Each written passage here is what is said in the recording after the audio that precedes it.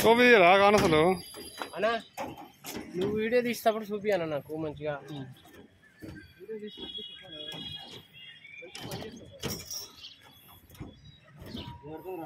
కొంచెం అక్కడ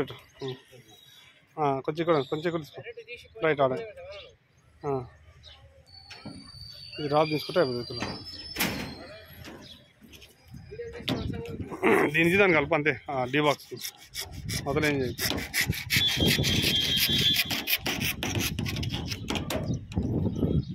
ఈ పైపులు పైపులు వదులు